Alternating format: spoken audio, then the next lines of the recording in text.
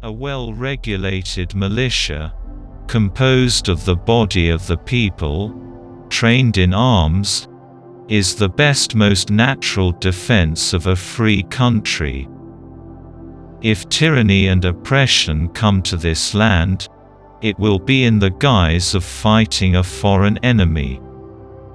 Charity is no part of the legislative duty of the government. As a man is said to have a right to his property, he may be equally said to have a property in his rights. No nation could preserve its freedom in the midst of continual warfare. Of all the enemies of public liberty, war is perhaps the most to be dreaded, because it comprises and develops the germ of every other. It will be of little avail to the people that the laws are made by men of their own choice if the laws be so voluminous that they cannot be read, or so incoherent that they cannot be understood. It is very certain that the Commerce Clause grew out of the abuse of the power by the importing states in taxing the non-importing, and was intended as a negative and preventive provision against injustice among the states themselves, rather than as a power to be used for the positive purposes of the general government.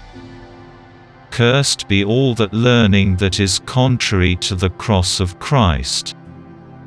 The circulation of confidence is better than the circulation of money.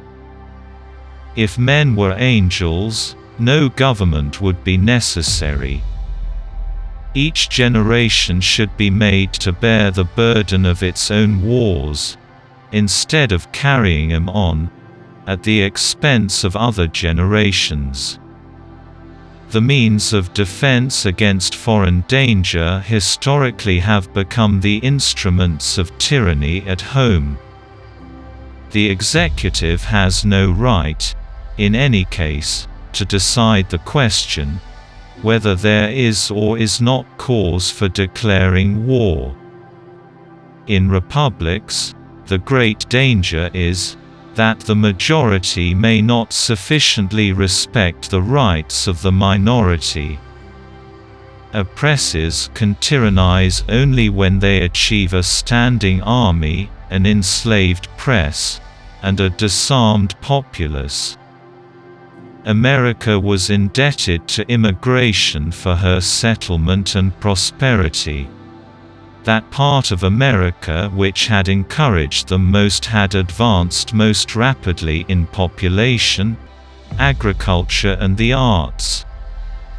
If Congress can do whatever in their discretion can be done by money, and will promote the general welfare, the government is no longer a limited one, possessing enumerated powers, but an indefinite one.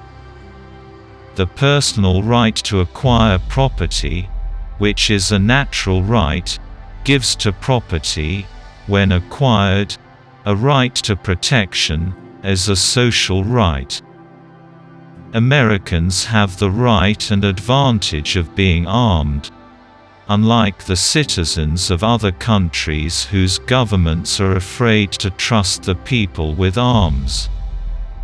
Having outlived so many of my contemporaries, I ought not to forget that I may be thought to have outlived myself. Americans need not fear the federal government because they enjoy the advantage of being armed, which you possess over the people of almost every other nation. Conscience is the most sacred of all property. Other property depending in part on positive law, the exercise of that being a natural and unalienable right. Disarm the people, that is the best and most effective way to enslave them. Equal laws protecting equal rights are the best guarantee of loyalty and love of country.